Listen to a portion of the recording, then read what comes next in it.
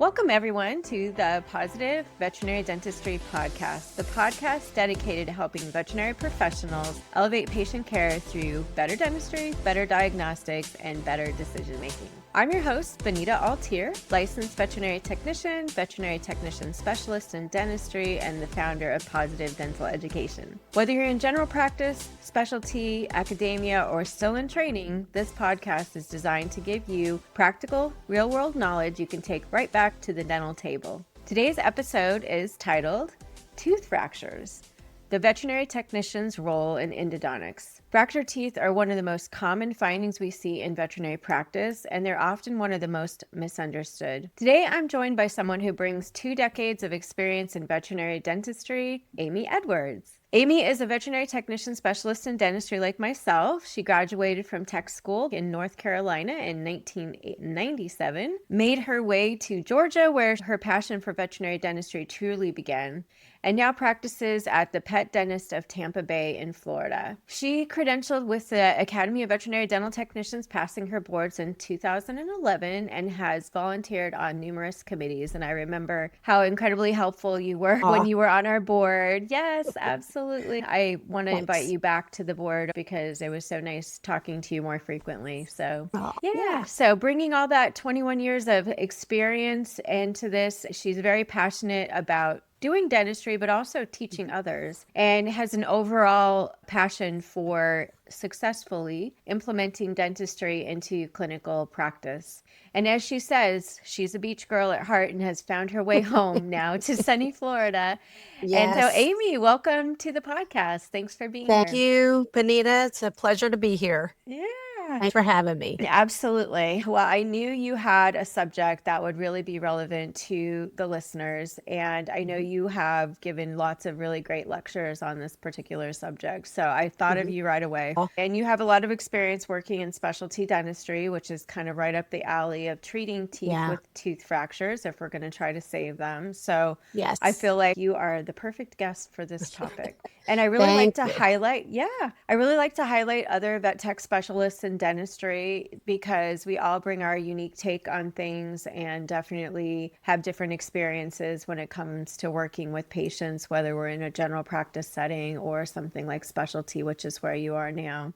So before we get into this topic too far, my last guest left you a question, which is the tradition of the Pawsitive Veterinary Dentistry Podcast. And you were unable to really prepare for this question ahead of time because you don't know what the question is. So that makes it more fun. And I know you prepared a question to leave for my next guest. So I'm excited about hearing what your question is, but we'll start with the question. So Dr. Loic Legendre left you the question. What do you think will cause the extinction of humankind? Oh my. What do I think will cause the extinction of humankind? Well, I got to go back to the Terminator. I mean, with AI, it is wonderful. I'm probably behind the ball. I just learned about ChatGPT like a year and a half ago. Me too. My son is like, oh yeah, it's great. I've used it for like multiple things in school and writing essays and everything like that. But yeah, I have to go back to, the Terminator and the rise of the machines. Okay. And that kind of taking over. So, I think you might be onto something. There's a meme of totally blanking on her name, but the lead character, the woman lead character, not Arnold Schwarzenegger. Right. Whatever her name is, and she's there just shaking her head. I told you so. Okay.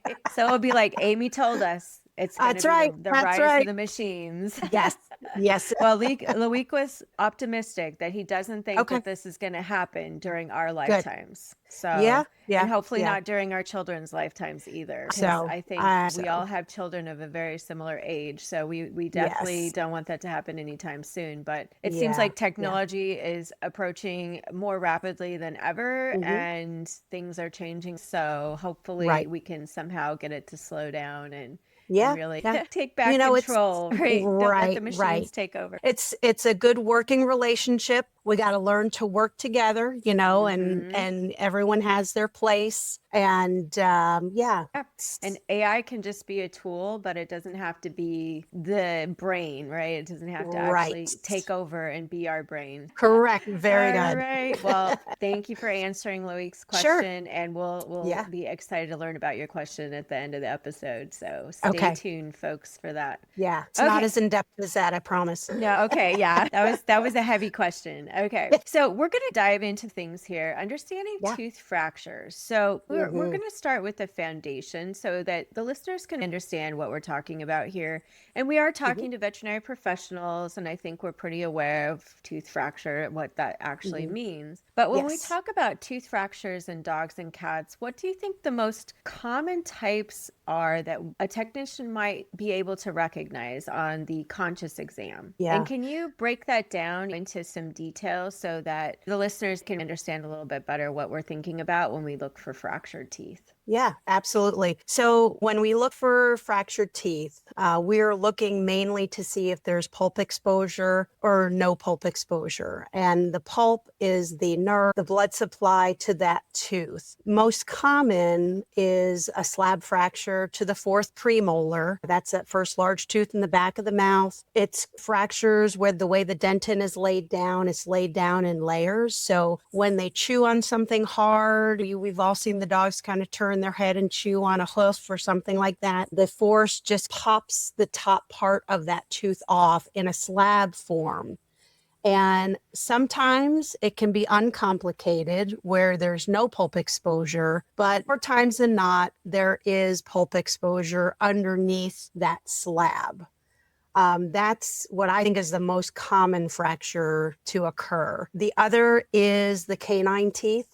So you've got these dogs that are maybe kenneled or when the owners are away, or even when they're at the groomer appointment or they're boarding, they grab onto the cage and they pull, and the upper and lower canine teeth just pop away. And that usually leads to pulp exposure with those teeth as well. Those are the common ones that I've seen. The lower molars, probably third on the list. Same thing, the chewing forces, the upper fourth premolar and the lower first molar occlude each other. So when they're chewing on something, that upper fourth premolar breaks, sometimes the lower molar breaks as well. So, but what we're looking for, does it have pulp exposure? Do you see a little pink or black spot on that tooth? Or is it totally white and a light tannish color to those teeth on the conscious oral exam? Okay. And is Yeah. that something that you think happens more frequently in dogs versus cats? I mean, what would the difference be? What would you be Yeah. looking for with cats versus dogs when it comes to those things?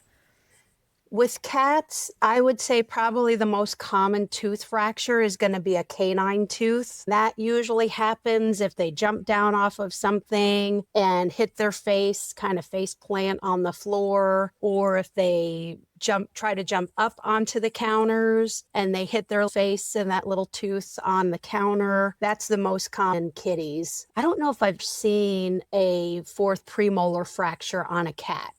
It's not related to like tooth resorption or something like that. I agree. Cats don't try to chew on stupid stuff. And so, they don't break those fourth premolars. Yeah. Plus, they don't have as much force to bite down with either. So, Right. like dogs, they just have tremendous bite down force. And we're going to talk a little bit later about things that we want to consult clients on regarding what Yeah. to give their dog to chew on or what not to give Right. their dog to chew on. But Yeah. definitely, dogs are very prone to fracturing what you said, those fourth premolar in the maxilla, the first mandibular molars. And then also just from roughhousing and doing things with their canine teeth, since Yes. they kind of use those like their hands or their thumbs to interact with the world. And dogs love Yeah. to pick up things they shouldn't. And, can be dogs too that are working dogs, right? And they're Yes. having to do some really serious work with those canine teeth. And so then they wind up, the tooth just can't handle all of the stress and then it breaks off. Correct. Correct. So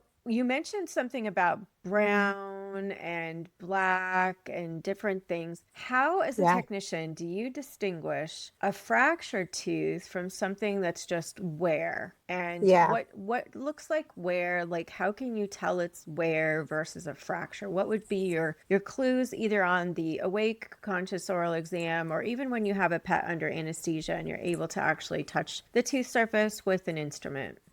Yeah, yeah, good question. And that's something that I think starts at the appointment. If I see on our appointment sheet, all four canines are broken, my first thought is, okay, well, if it's a 2-year-old, maybe they're broken. They're crazy at that age. But if it's like a 7 or 8-year-old, I'm thinking, I bet there's a lot of wear on those teeth. And wear can happen on the teeth from multiple things. It can be attrition wear, where you have tooth on tooth wear, where the teeth are contacting and wearing it down, or you have wear from an outside force, abrasion, that's from like a tennis ball. That's the biggest culprit of worn teeth, where dirt, saliva gets all mixed into the felt of a tennis ball. And it's almost like sandpaper on those teeth. It's usually a gradual wear. So as the teeth are abrading down and wearing down, the tooth is crazy awesome. It's actually trying to repair itself. So you've got the wear happening and the teeth are like, oh, wait, let's protect it. Let's protect that pulp canal. And the pulp canal actually will recede back and lay tertiary dentin, which is a darker dentin than normal dentin. So it gives this brownish appearance to the dentin, but it's nice and smooth. But there's not going to be like jagged edges to it. So when you're looking at these dogs, and it's mostly dogs, you'll see they're flattened and they may be at an angle, but you'll see a brown tint to it, or you'll see a brown dot where that pulp canal was, but it's receded back. It's running away from the trauma. So, and it'll look nice and smooth. So if you see that on the awake exam, like, okay, these teeth are worn. It depends. Some veterinary dentists will bond those teeth to protect the dentin even more, or some will say, definitely let's x-ray, make sure it's okay, because trauma can still happen that way. But there's no endodontic therapy that's necessary with it just being wear. So teeth will present in a brownish color right on top on the occlusal surface. Same thing with the lower molars. You'll see that pretty commonly. Any tooth can have wear on it, especially if they're avid chewers of soft toys. Tennis balls are the number one culprit in that category. So you're checking while they're under anesthesia, you're using the shepherd's hook explorer tip, the other side of your probe, and you're running that across the top of these teeth. And you're making sure that it's not catching anywhere, because the surface can be brown, but you may see a little black dot right in the middle. And a black dot typically means that there's pulp exposure. So if it's catching on anything, then we have a problem. Teeth are typically worn down and gradually. And like I said, the body helps repair it. But if he's like a 16-month-old crazy German Shepherd that loves his tennis ball and doesn't take it out of his mouth, the tooth can be worn down faster than it can repair itself. So there may not be a fracture, but there's abrasion wear with pulp exposure, and that needs to be addressed, unfortunately. So, Okay. Yeah. Well, we know dogs are really good at damaging their teeth in multiple ways now. We know that dogs will bite down and cause an acute fracture, which I think one of the takeaways is that surface is often really rough. If you see jagged edges or anything that looks like a piece of the tooth is sort of still stuck on there, like in the slab fracture, right? We might have a little bit of tooth structure that's still hanging on because it's broken all the way down underneath the gum line. But then again, if it's wear, that happens slowly. but it can be really significant to the point that the tooth just can't survive that constant insult. So we have to look at that tooth really carefully. Yeah. Now, often clients will tell us, and I know probably all the veterinarians and technicians out there will agree, that he's acting just fine. He's not painful. He's So, eating it. right. What do you say to that? Like, what would be your normal spiel to the clients about when a client says, he's just fine, he's not painful, Yeah. that broken tooth must not hurt? Yeah. Yeah. Well, first I ask them if they've ever had a broken tooth or a cavity. Because I actually broke a tooth on a fortune cookie, and Oh, no. and it hurts. But that pulp canal is nerve tissue, and it's exposed to the environment. So just the fracture alone is painful. But dogs, just because of their nature, they hide pain. If they show signs of pain in the wild, they're going to get taken out and considered as prey. They will hide it and just continue on with life like nothing has happened. But we do know that pulp canal is painful and it bleeds when we poke it when they're under anesthesia. We know that hurts. So not only for a pain aspect of it, I tell them everything I just said, that it is painful, but then also from a infection standpoint. So when that tooth is fractured and that pulp is exposed, it's a direct line into the bloodstream. So because it's exposed, bacteria is getting into that bloodstream, into that tooth, traveling down the pulp canal and leading into the bone. And that bone and that bacteria, it's just going to create an abscess. That is going to create bone loss and chronic inflammation and chronic pain. And inflammation, we have that every single day, and it hurts. Arthritis, our backs, our knees, all of that is inflammation. So that's kind of what I tell the clients. Like, even though they're not exhibiting signs of pain, they're still eating normally, it is painful. And if we can do anything to eliminate pain, that's what our goal is. That's what our job is as pet owners. We want them to have a comfortable, healthy life. Yeah. So it needs to be treated. Yeah. And I love how you said that, because I think more people should take from you the lesson that you have to actually speak with conviction. And that you believe what you're saying behind it, because sometimes even veterinary professionals like ourselves can be a little bit too wishy-washy, or just kind of like paint a different picture, which makes the client not feel guilty, because we don't want to make them feel guilty. Sure. We do want to be the advocate for the pet, and we want to make sure they understand that we're trying to explain to them that even though the pet isn't acting painful, he's still eating, he's still playing, he still picks up his tennis ball, he's doing the things. We have to appreciate that just like humans, an acute tooth fracture is going to be exquisitely painful. And since you have the experience personally, right, you can speak to that from a human standpoint, how it felt for you. I had a tooth that was damaged due to a crown preparation. It had a crown put on it, but that tooth damage caused the pulp to become inflamed. And at the least opportune time, I had the worst toothache. And it was so bad, I couldn't think of anything else. And the tooth was going through what I call death throes at that point, because it's just showing me that it is in the process of dying. And then once that tooth actually dies, it may not be as painful, but now we've got infection.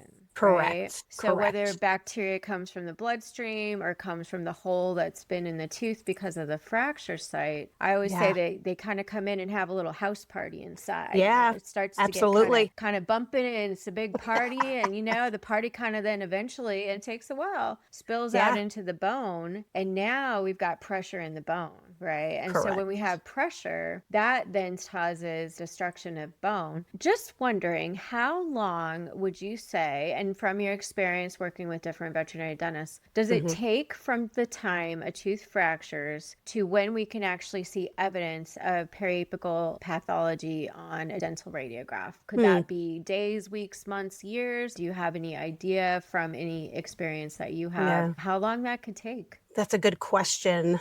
I don't know 100% the answer, but I would say probably close to 6 months to a year, and then some. That's why when we do root canal procedures, we want to see them back within 6 to 12 months, because there is a level of pathology that we can't see on a dental x-ray.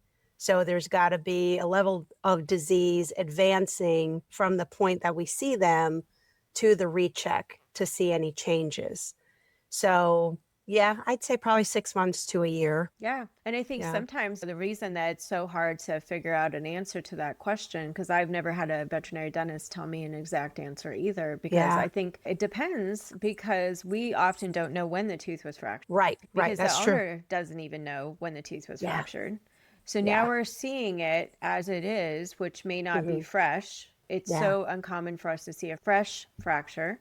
But sometimes the owner will notice, oh, yeah, he was chewing on his whatever and he yelped the other day, Yeah. right? Yeah. And then they started noticing that he was eating slower or something, or eating on a different side of his face. Yeah, and favoring one yeah, side. favoring one side. And the owner might think, oh gosh, maybe I need to take him to the veterinarian. They may not be able to even look in there and see if something's wrong themselves, or even recognize that there is something wrong, but they do have the idea that something's not quite right with their dog. Correct. So they take them in and we see it and it's fresh fracture and we're like, oh gosh, Otherwise, often these go undetected for months to years as they are. And so to just know, like, how long does it really take before it gets to be visible on a dental radiograph is, I think, a question that maybe remains unanswered. However, I think that we as veterinary professionals need to be really proactive if we are putting these animals under anesthesia on an annual basis, taking our full mouth dental radiographs. And we are also making sure that we are looking at the teeth clinically for any signs of damage, which even something like wear can cause teeth to die, right? As you mentioned earlier. So if that's the case, then we're in a situation where we're catching it, hopefully before it's going to be painful again. Because honestly, when my tooth actually did die, it stopped being painful. It was hurting, and then all of a sudden it didn't hurt anymore. And I was like, well, it probably didn't fix itself. It probably, because I know too much, it died. And I knew I probably needed a root canal, So experiencing that myself personally, like, I feel so bad for these dogs and cats. Anytime there's something that is that painful, they have to be suffering. And we just don't recognize it because they're hiding it from us. That's their instinct. And they're going to eat because they're hungry. And if they don't eat, they'll surely die. Yeah, That's absolutely. a question that may wind up without an answer. But I do like what you said, that when we do a root canal therapy, we can't just do it and expect everything's going to be fine, because sometimes things don't turn out as well as we'd hoped, and there can be complications, and the tooth may not actually stay quiet like we explained with a root canal therapy. So just talking about that, when it comes to the pets under anesthesia, what can you say you would see on dental radiographs that would lead you to believe that this tooth may need to have some sort of endodontic treatment, or it potentially would need extraction? Like, what have you noticed pathology wise, things we would interpret on dental x-rays, which I know it's the veterinarian's job to interpret the dental x-rays, but certainly as VTS in dentistry, we've probably looked at a lot more x-rays, dental x-rays, than a lot of doctors even. We have a pretty good idea. Plus, it's like you said, 2 eyes, 2 hands on the patient. Exactly. So we want to make sure that we even point out to our doctors if we see something. It's kind of like see something, say something for teeth. Exactly. Yeah, exactly. I mean, it's a lot of times while we're in the preparation of that patient for the doctor to come back in, they're doing something else. Like in our case, they're looking at the CT while we're starting the x-rays. And I can look at dental x-ray, and when you're looking at it, you're looking at the pulp canals. And that's when you're looking at the x-ray, that's the darker gray line within the teeth. They should all be very similar in the size. So upper left canine should be the same size as the upper right canine tooth. So obviously a lower molar pulp canal may be a little wider than a first premolar pulp canal. So you want to look at the same tooth, the opposite side, to make sure they're the same. But a widened pulp canal typically will mean that it's a dead tooth. So when animals are really young, they have a really wide pulp canal and a very narrow dentin wall. Over time, sheet after sheet of dentin is is laid down and it narrows or squishes that pulp canal. So in your older patients, you have a very narrow pulp canal or mature tooth. And then in very young patients, you have a very wide pulp canal. But if something happened to a tooth, say he hit it on something, the tooth may not be broken. But if you're looking at the left side versus the right side, the left side is like a super highway wide, and then the right side is narrower. Something has to be done to that left side. That would be a non-vital tooth. So in your fractured teeth, the same thing may occur where you see the fractured tooth pulp canal is wider than the non-fractured side. A lot of the times pets are older when they fracture a tooth, and I would say usually about 5 or maybe to 8 years of age. That's when it's harder to determine the age of the dog or the cat, because the pulp canal stays the same throughout the lifetime, unless you're looking at like a 12-year-old, then it's like thin. But check the width of the pulp canals, make sure they're all pretty much the same when you're looking at the dental x-ray. And then, is there any pathology around the apex? You'll see that halo around the apex of that tooth on the x-ray, and that indicates pathology. That's an abscess or periapical pathology down there where something's eating away at the bone. Infection. Exactly. And so while my doc's in there looking at the CT, I can say, hey, look at tooth number 204. What do you think of it? It looks a little wide. Or incisors, those are culprits as well. So they can pay attention. I'm not diagnosing. I'm just saying, hey, take a look at this. It looks a little weird. What do you think? And then they can come out and do a little more than just a quick little glance at them when we weren't expecting something. They can evaluate everything in a closer way. So.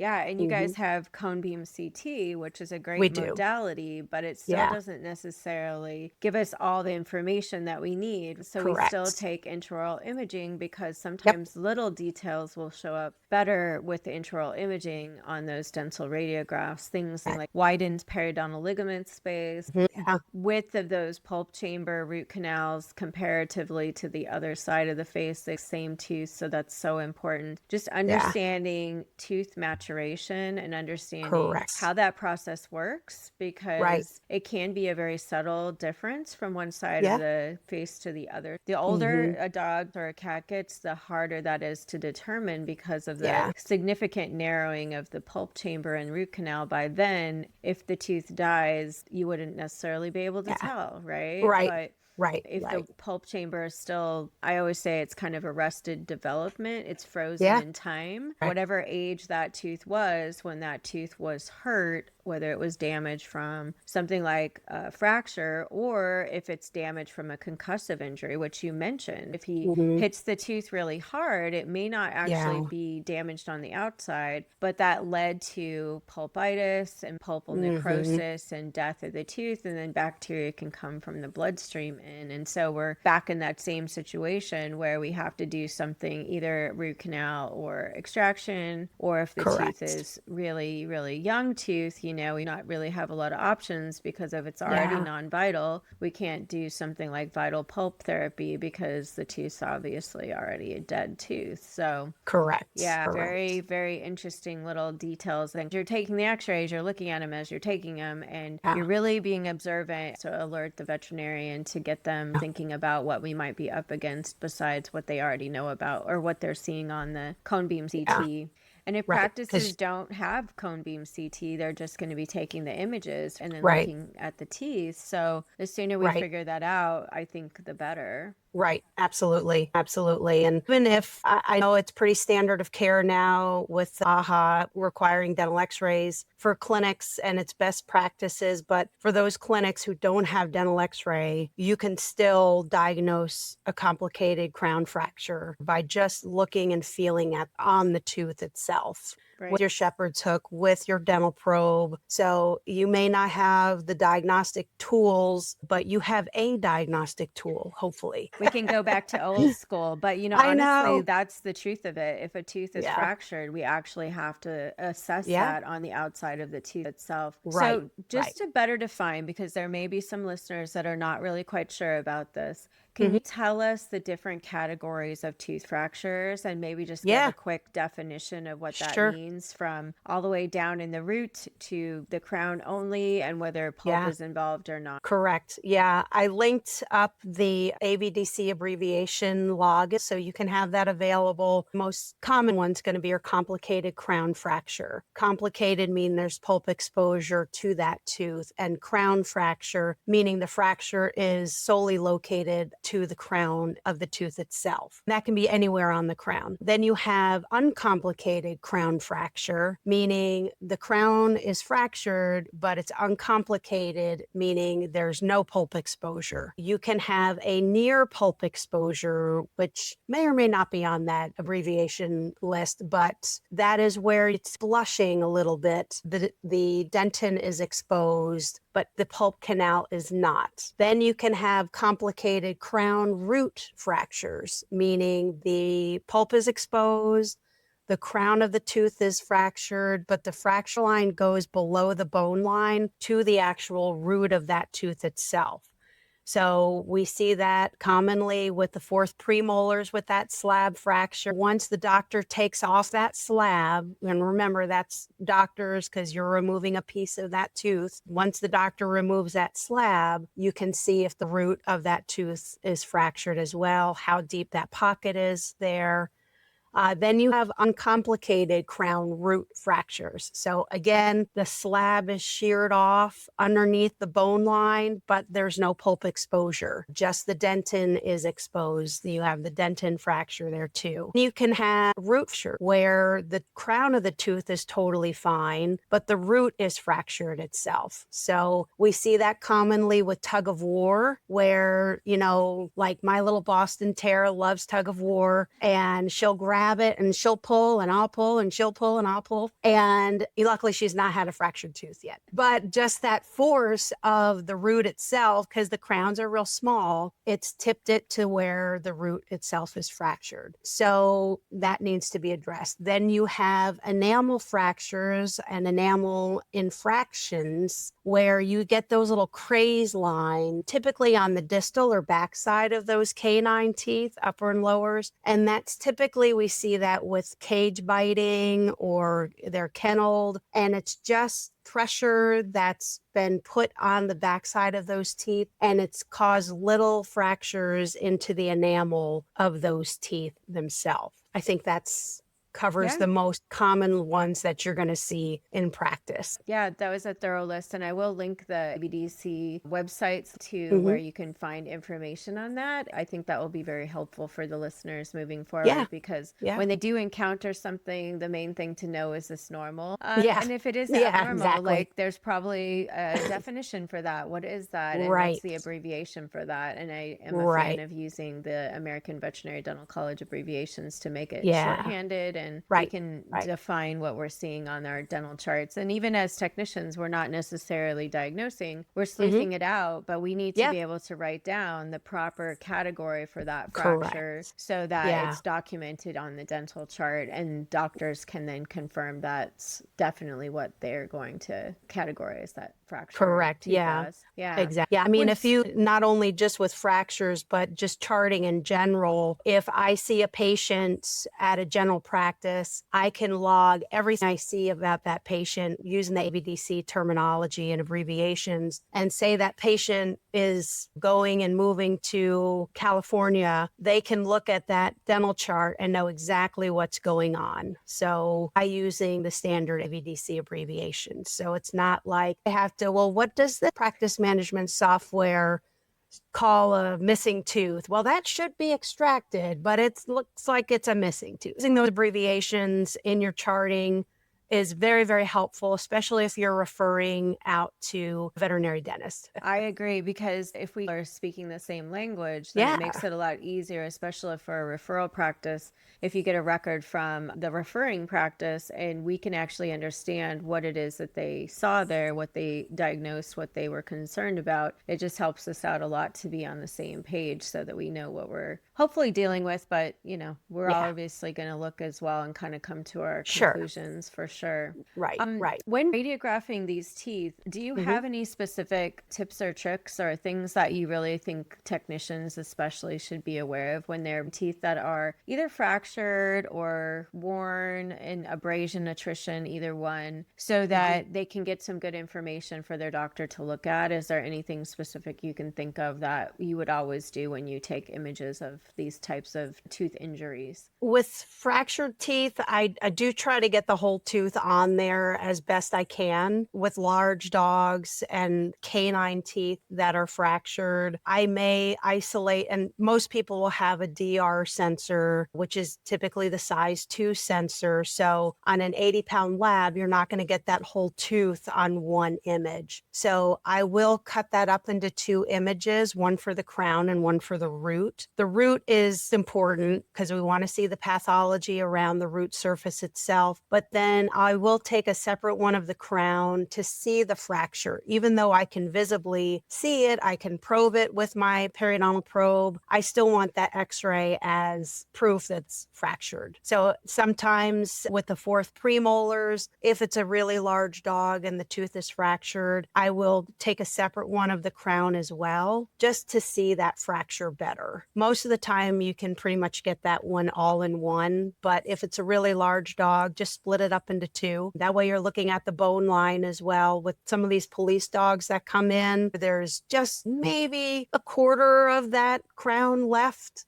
We want to make sure that the bone line is included, that the fracture doesn't go below the bone line, to make sure that there's no pathology at the bone line itself. So That's great yeah. advice. Yeah, I think sometimes people get the impression that you can squish teeth down into small little packages somehow to Split get it. them in one picture, but Yeah. it does deceive us. It's not going to be the normal bone density. The tooth structure itself Correct. isn't going to look correct as it does in real life. So we don't want to Right. do that. And I think that's something that we just keep having to tell people so that their expectations are set. With the size 2 sensor, you're going to be taking 2 Yeah. pictures. And I suppose Correct. you need a crown picture too if you're going to be doing an endodontic procedure, which would be specialty dentistry, but Mhm. they're treating the inside of the crown, so they're going to need that Yes. preoperative picture, right? So Yeah. Yeah. that What if makes there's a pulp stone in the crown of the tooth?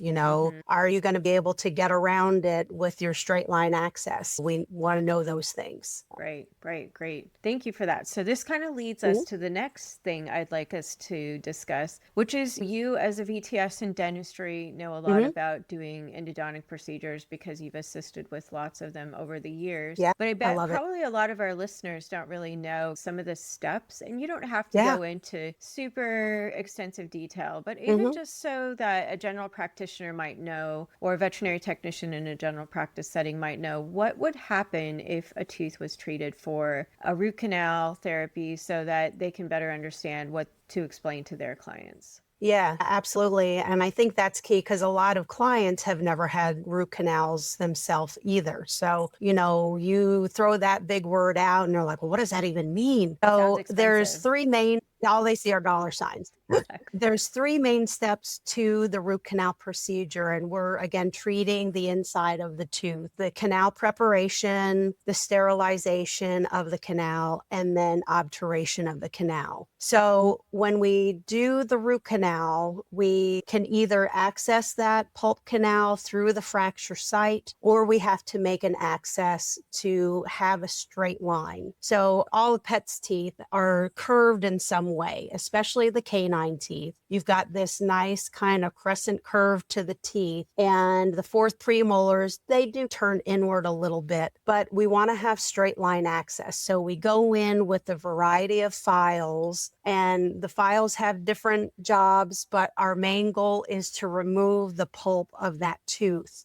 So if it's a fresh fracture, sometimes we'll use what's called the barb broach, where we can get this barb broach into the canal and twist it. And it's got little barbs on the end, and it's supposed to twist the pulp tissue around those barbs. And then we can pull out the entire pulp canal all in one fell swoop. At times when we see them, the pulp is necrotic and dead. So we're just kind of removing decayed tissue in there. But our files, when we go in, once we remove the pulp, we have all this diseased dentin around the walls of the pulp. So we have to get all of that out too. So it's kind of like, yeah, we removed the splint in your finger, but now you still have this big infectious area here. So we need to clean all of that area out. So we're going to use typically like a 50-50 dilution of just standard bleach through our sequences of files.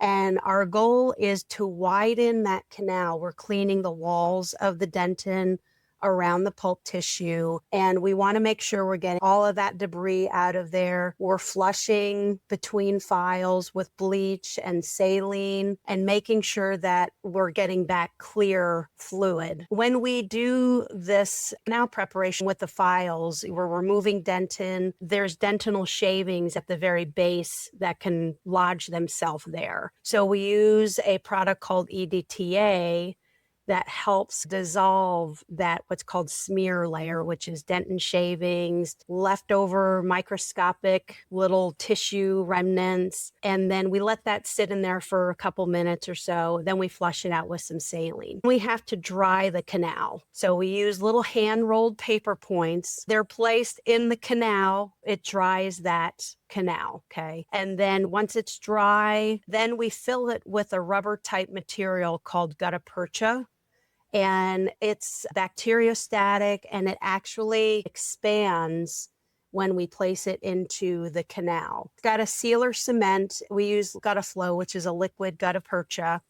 And it's got a sealer cement in there. So it's sealing off the dentin tubules, which are like little microscopic canals that lead to the pulp. So it seals off those canals.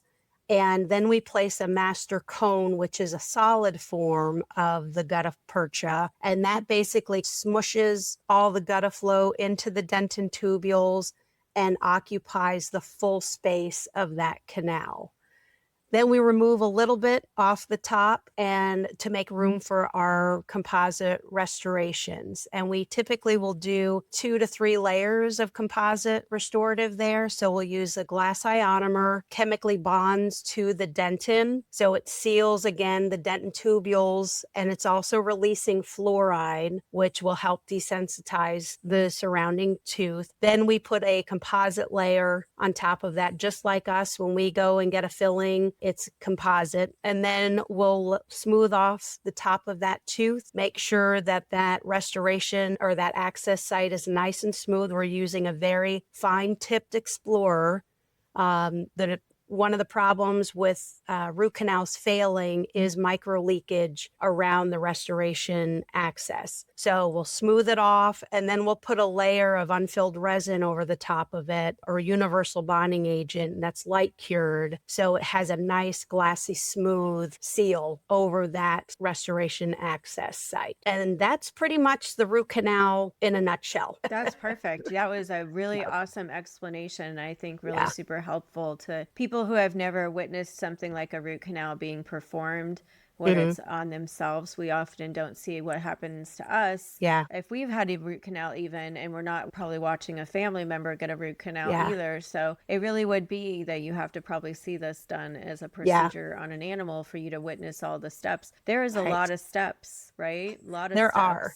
Yeah, And we will have 1 or 2 tables set up where we have the canal prep and the sterilization part of it set. And then the second table will have as the obturation and the restoration. So there's a lot of files. There's probably about maybe 30 files or 40 files that are used. You know, the table's kind of a mess. So we just kind of swap out the table because at that point, you know, we try to keep it as clean as possible. So we have the next table of the restoration parts and the filling part of it. So, and then the doctors are happy because they're not looking at all this mess. So. Well, it's good to stay organized. Yes. And as you said, like it's kind of broken down into these distinct steps so that we can have kind of procedural trays or specific little tables that we have our specific things set up and we don't need all the things all the time. And I assume as being the VTS in dentistry or for a technician who's working in specialty dentistry, you don't have to be a VTS.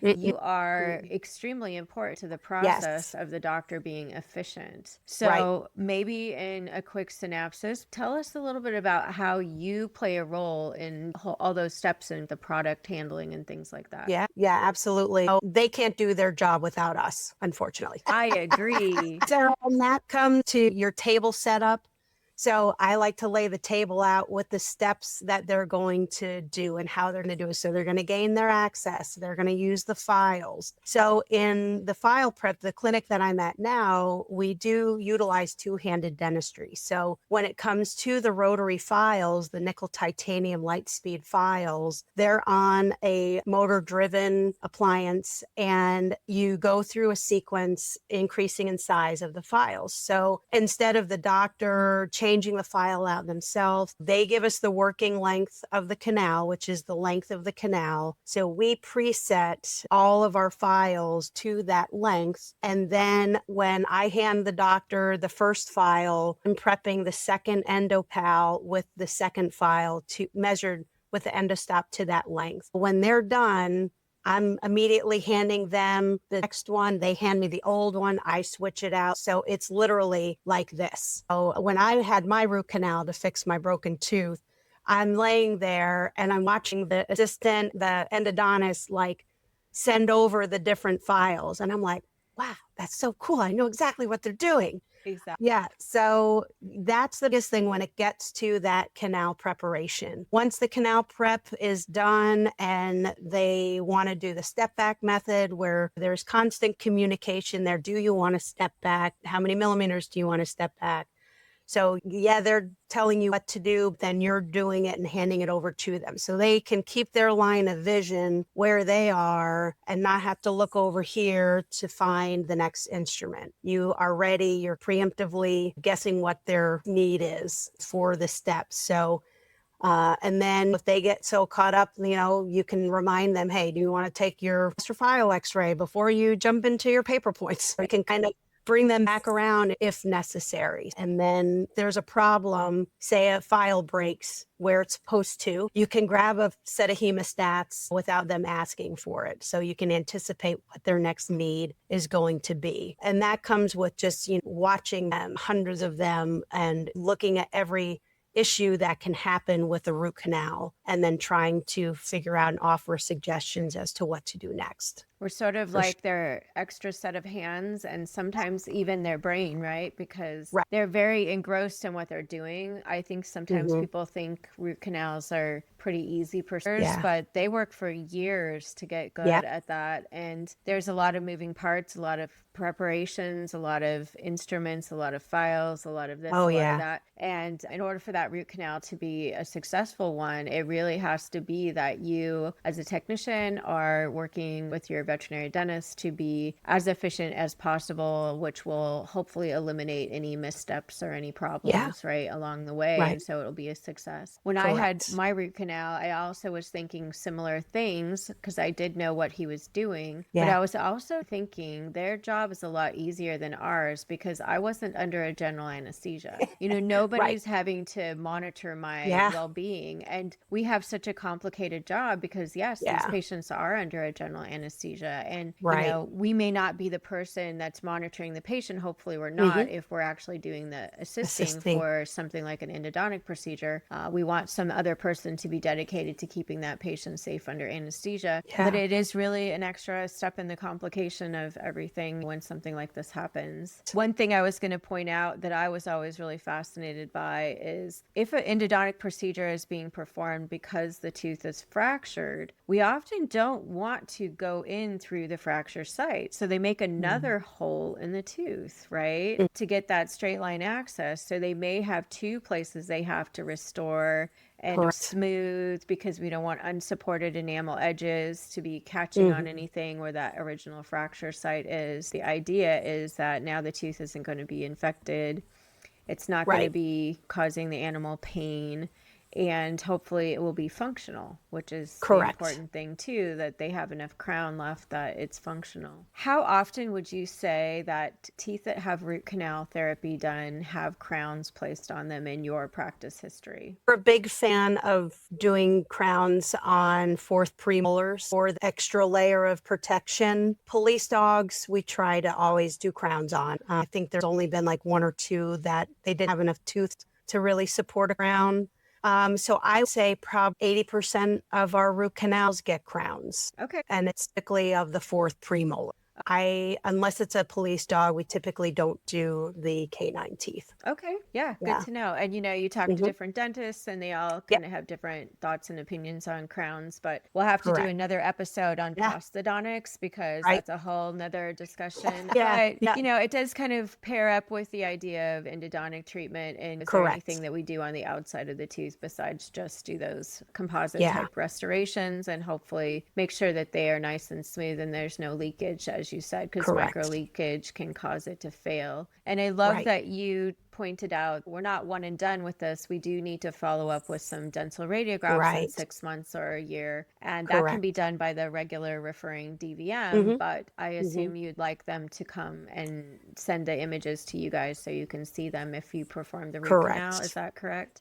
Right, exactly. And, that's something that needs to be explained to the owner at the time of the first procedure. Like, you want this to salvage the function of this tooth. If it's a good candidate, we can do the root canal, but we want to make sure that you're aware that we want to see them back in 9 to 12 months under anesthesia, at least for that first initial re-x-ray. We do see a lot of referrals from far away. So if they're like, oh, geez, can I have it done in my regular vet? We're like, yeah, but if there's a problem, then you'll need to come back to see us and re-anesthetize your pet.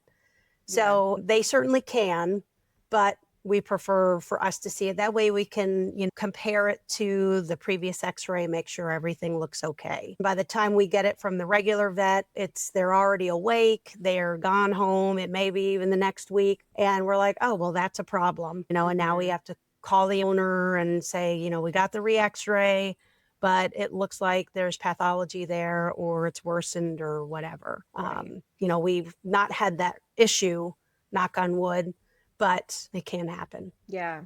And I assume that ideally you have a high success rate, but it's not without complications. Correct. So like Yeah. you said, we do need to follow up with these patients and make sure that Right. we aren't seeing a failure of that particular Yeah. treatment. And then if it does fail, what's the options that we get at that point? Yeah, our next steps. So there's a couple options. Extraction, of course, is an option. But if you really want to try to save the function of that tooth, there is a surgical root canal procedure that can be done. Typically, it's done on canine teeth or lower molars. I have seen it done, on cadaver work with upper fourth premolars with the residents preparing for the exam. It's basically where you make an incision over the root of that tooth and you're cutting off the apex of that tooth, or you're performing an apicoectomy.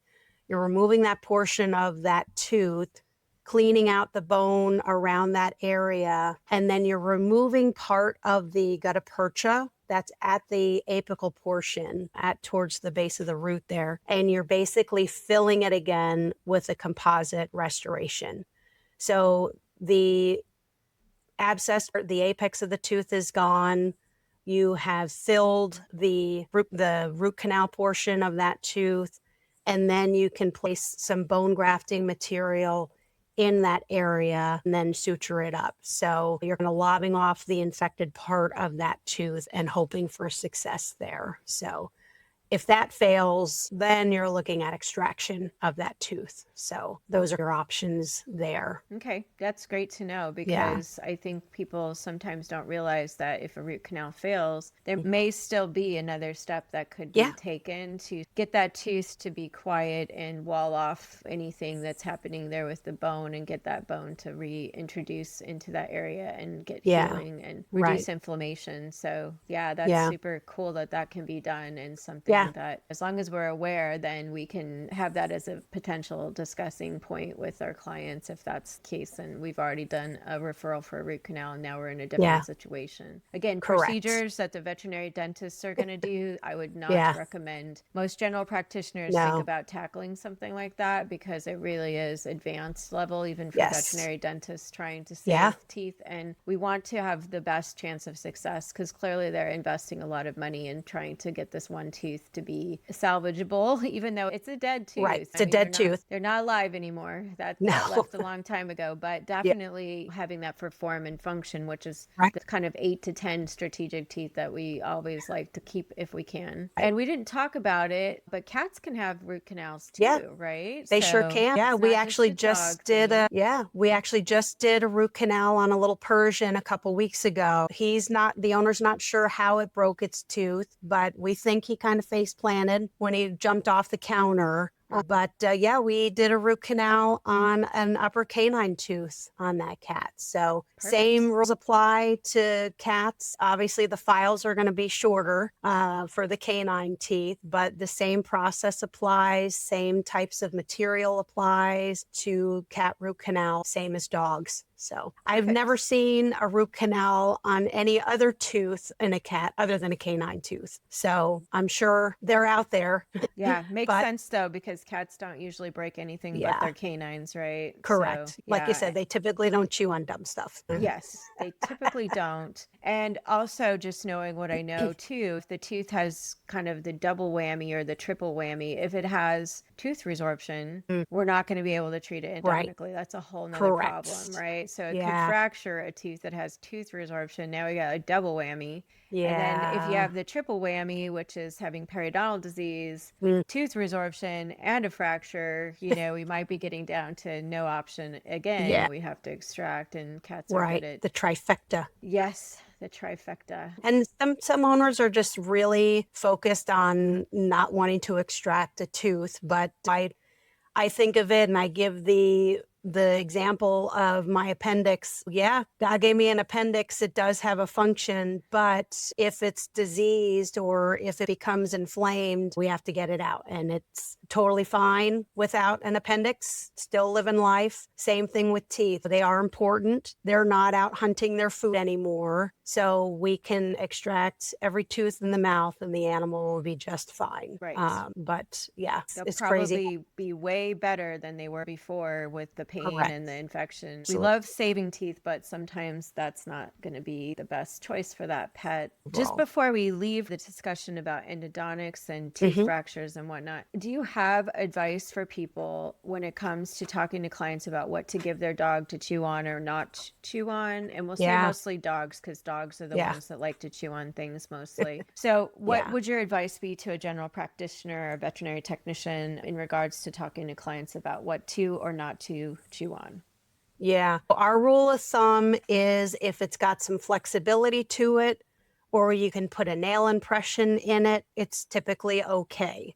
I know bully sticks are flexible, but we've seen a lot of broken teeth lately with bully sticks. So I kind of use caution with that, as you will. The soft plastic or rubber coated balls, like Chuck It brand balls, are typically good for your labs and your Goldens who are like tennis ball obsessed. Using something that's smooth coated, that's not going to pick up dirt when it gets wet, is going to slow down the wear on the teeth. So no tennis balls. Racket balls are okay. Something soft. As far as bones are concerned, no hard bones. The raw hides that are twisted in all of the shapes, the candy canes around Christmas time, all of that. Yes, it's getting soft as they manipulate it and it gets saliva on there, but they have to get to that point. Initially, when they bite down on that, there's a high potential to break that tooth. So none of those hooves, cow hooves, those type of things. We see a lot of broken teeth from the nylobones, the hard ones that are, for dental health. We see a lot of broken teeth with those. Now, Nylabone as a brand has a soft chew. So it's like the Nylabone that's covered in a silicone. Those are okay. because you can put a nail impression in it. But anything flat pressed rawhide typically is okay. They got to worry about digestion if it upsets their stomach, things like that. Just keep that in mind too. The Veterinary Oral Health Council, they have a website, vohc.org. It's a great website to go to.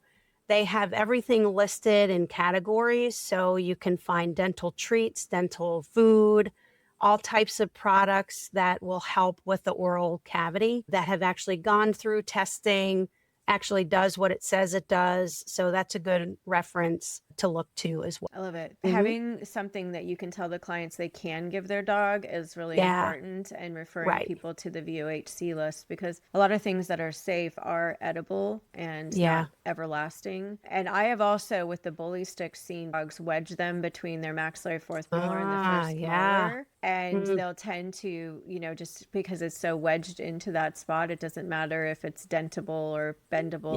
It definitely causes that stress fracture that can happen across the molar, even besides the fourth premolar. So I'm definitely a little hesitant to give dogs anything that came from another animal, like bones, antlers, hooves, bully sticks, because they seem to be very prone to breaking their teeth on these objects. Correct. Even wild dogs have fractured teeth, right? I mean, it's like people think, oh, well, dogs in the wild. And I'm like, you know what? Even wild dogs have tooth fractures, and it can lead to their demise, because the tooth abscess could basically make them so ill and cause their death, or they just can't hunt and fend for themselves. So it's a bit of a misnomer when clients say, well, wild dogs chew on bones. Why can't my dog chew on bones, right? I mean, we have dogs living longer and longer because of better medicine. So, I mean, I would say, well, what was the lifespan of a wild dog? Was it just 6 years?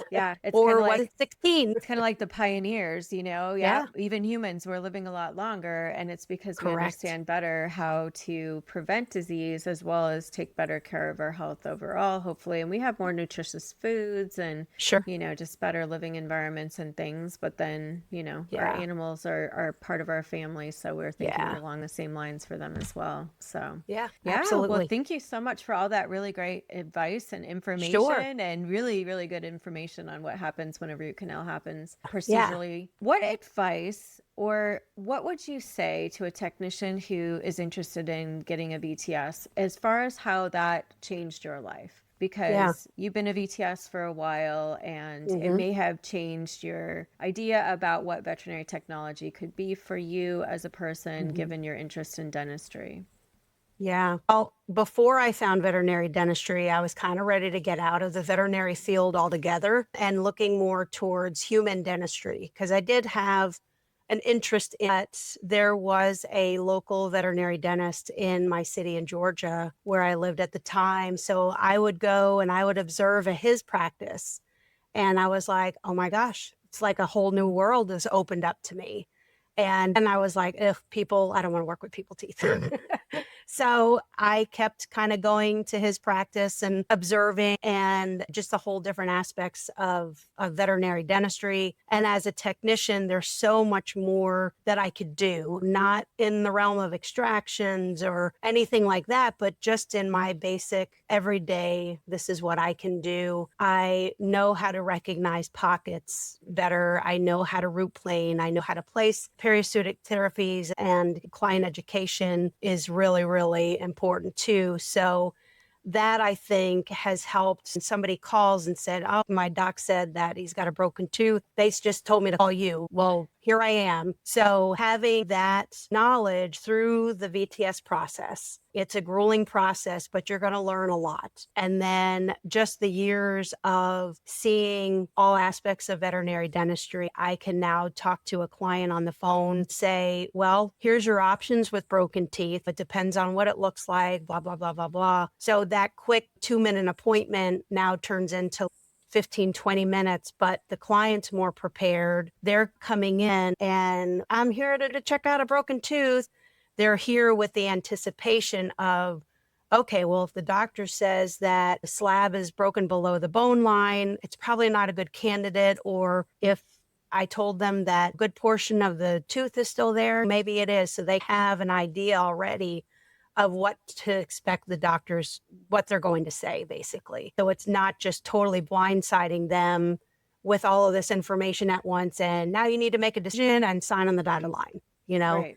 And it's also given me a chance to go into clinics and teach veterinarians and technicians how to get that across to their clients, because we're a referral practice. We see them after this initial exam and cleaning have been done. But what do you say to that client when they had the cleaning done and they found the fractured tooth at first? Versus just say, here, call these people, they'll get you situated. They can say, based on what I taught them, this is why we need to have it treated. This is why I'm referring you to a veterinary dentist for this procedure to help with Fluffy's health.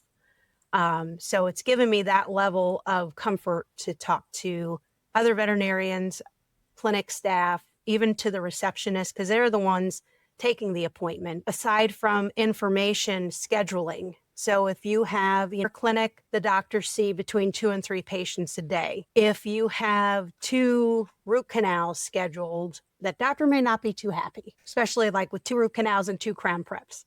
Probably not going to be too happy. Same thing with like stomatitis kitties and full mouth extractions. So it helps them to schedule better and be more proactive on when we can schedule you for this consult and procedure. So yeah. Perfect. Yeah, I enjoy it. I mean, I'm always learning and going to a new clinic after working in one clinic for almost 19 years where my dentistry knowledge started, and then going to another clinic where it's a residency-based program. I'm learning more of the technical side of it as the whys and, you know, the book knowledge of ionocytes, and at a different level than where I was before. So it's interesting. I'm feeling like I'm learning it all again. Yeah, that's awesome. I think you and I both, one thing we have in common is we want to continue to learn. And that's part of deciding to become a VTS is we wanted to learn more, right? We saw a pathway, we saw something we could stay in our own career. Because I as well thought about being a human dental hygienist because I thought, wow, maybe I can actually support myself financially. And then I thought against it because I thought, yeah, humans are gross. I don't really want to do that, but I wanted to stay in the veterinary profession. I just needed a pathway, right? And the VTS opened up doors for you and for me that we would never have had before, and gave us Oh man, voice. absolutely. Yeah, to be able to go outside our practices and help more animals through teaching and educating people. So I so much appreciate your knowledge today. And I can tell that you are still in the process of really expanding your knowledge. So I'm interested in picking your brain more on other subjects in the future for this podcast. Sure. And I know I've always enjoyed your lectures every time I've sat in on one of your lectures at the Dental Forum each year. This year it's going to be in Orlando, so I'll plug close to BDF. home. Yeah, it'll be in Florida, not so far from Amy. And she'll be there, or B Square, right? Absolutely. All right. Well, we're kind of at the end of our episode here, but what I'd love to do is hear your question for the next guest. Sure. So my question is, how soon in your veterinary career did you decide to go down the dentistry path? Okay, so some people wait until they've been in veterinary medicine for 20 years, and some people might think about doing it right away. So perfect. I love that. So we'll find out how soon in your veterinary career did you want to start thinking about focusing on dentistry? Perfect. Mine was 7. 7 years in. Okay, that's great. Mine was, let's see, almost 15, I think, something like that. By the time I knew, because veterinary technician specialty didn't exist in the beginning for me. So it was 2005 when I started working on the process, and sat for my board exam in 2008. So Oh, cool. Man. Excellent. Well, in summary, this has been such a valuable conversation. It's important to recognize fractures early. As Amy mentioned, we have to really understand identifying whether pulp exposure is there or not. Radiographs and the cone beam CT, if you have it as well, are so incredibly important in this process. And we learned a little bit more about whether or not we have to go down the path of extraction or if root canal is actually a great option. And critically, Amy told us a little bit about her role in endodontics and kind of how she's helping the doctor get through that procedure efficiently and effectively and making sure that it is a success for the long run for that tooth and that patient. And we also talked about client education throughout this process and the critical role that you play, Amy, in regarding to talking to the clients before, during, and after a procedure. And also just educating the people out there in vet med too. So also really super important so that the people that might know whether or not they can refer to a veterinary dentist to have some of these more advanced procedures know the basics. And then, you know, fractured teeth are never just a cosmetic thing. Like we actually are addressing these because we can have really serious painful outcomes for these patients if we don't. Right, exactly. Yeah. I would say that's probably one of the biggest issues we have when we see a referral is either they've sought us out on their own and we have to call for records, but I didn't know that what my options were. So even if you're in a general practice, now root canal therapy is an option. And in most places, there's a veterinary dentist nearby. You know, you may have to travel a few hours, but if you really are devoted to saving the function of that tooth, you know, it's worth a consult with them. So just that's getting that information to leave with people because often people don't know root canal is even an option. Correct. And a general practitioner might just be offering one option, which is extraction, which may not give the client the idea that there's some other option. And once the tooth is extracted, we can't put it back. Put it back. No. Yeah. Haven't developed that yet. Yeah. Kind of left with that, you know, as a final decision. So it's great to make sure they know that there is that option if potential. And, you know, the veterinary dentist might say, this tooth is not a good option for root canal, but that's them knowing whether it is or not, and something that a veterinary dentist would probably know best. So very good. Well, thank you so much, Amy. You're welcome. Thanks for having me, Benita. Yes, I will definitely look you up to have you on again for that other subject of some prosthodontics talk. So crafty. Yeah, exactly. It is a crafty thing. It's kind of an art form, right? Yeah. So thank you for listening today to the Pawsitive Veterinary Dentistry Podcast. If you like this episode, please share it with other team members and veterinary practices because this is real world knowledge that will help animals. Make sure to leave a comment in the reviews of the podcast, like and listen wherever you listen to podcasts or watch on our YouTube channel, and keep doing positive dentistry. This is the Pawsitive Veterinary Dentistry Podcast, and I'll see you next time.